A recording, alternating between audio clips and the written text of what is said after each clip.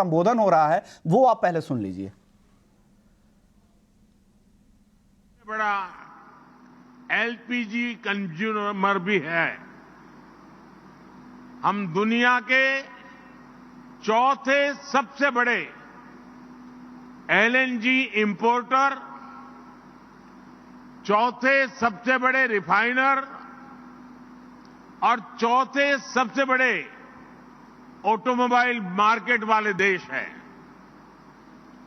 आज भारत में 2 पहिया और 4 पहिया वाहनों की बिक्री के नए रिकॉर्ड बन रहे हैं।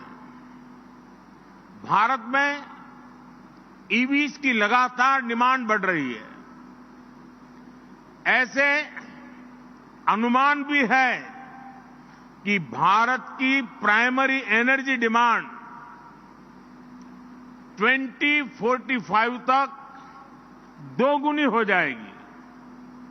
यानी आज अगर हमें हर रोज 19 मिलियन बैरल्स के आसपास तेल की जरूरत होती है, तो वो 2045 तक 38 मिलियन बैरल्स तक पहुंच जाएगी। साथियों, भविष्य की इन जरूरतों को देखते हुए, इस बात को समझते हुए भारत अभी से तैयारी कर रहा है।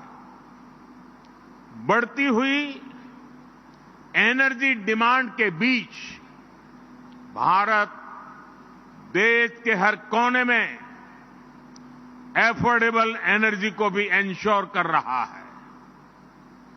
भारत ऐसा देश है जहां अनेक ग्लोबल फैक्टर्स के बाद भी बीते 2 सालों में पेट्रोल और डीजल के दाम कम हुए हैं।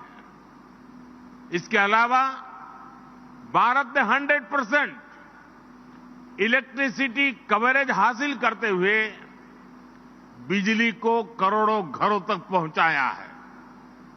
और ऐसे प्रयासों के कारण ही आज भारत विश्व के मंच पर एनर्जी सेक्टर में इतना आगे बढ़ रहा है। भारत ना सिर्फ अपनी जरूरतों को पूरा कर रहा है, बल्कि विश्व के विकास की दिशा भी तय कर रहा है। साथियों, आज भारत अपने यहां 21वीं सदी का आधुनिक इंफ्रास्ट्रक्चर बना रहा है। हम इंफ्रास्ट्रक्चर बिल्डिंग मिशन पर काम कर रहे हैं। इस वित्तीय वर्ष में हम इंफ्रास्ट्रक्चर पर करीब 10 लाख करोड़ रुपए इन्वेस्ट कर रहे हैं। अभी 1 सप्ताह पहले जो भारत का बजट आया है, उसमें हमने अब इंफ्रास्ट्रक्चर पर 11 लाख करोड़ रुपए से अधिक के खर्च का संकल्प लिया है। इसका एक बड़ा हिस्सा एनर्जी सेक्टर के खाते में जाना तय है। इस बड़ी राशि से रेलवे, रोडवेज, वाटरवेज, एयरवेज या हाउसिंग, जो भी इंफ्रास्ट्रक्चर देश में बनेगा, सभी को एनर्जी की जरूरत होगी। और इसी कारण आप देख रहे हैं कि भारत कैसे अपनी ऊर्जा क्षमता को, एनर्जी कैपेसिटी को लगातार बढ़ा रहा है। हमारी सरकार ने जो रिफॉर्म्स किए हैं, उससे भारत में घरेलू गैस का उत्पादन तेजी से बढ़ रहा है।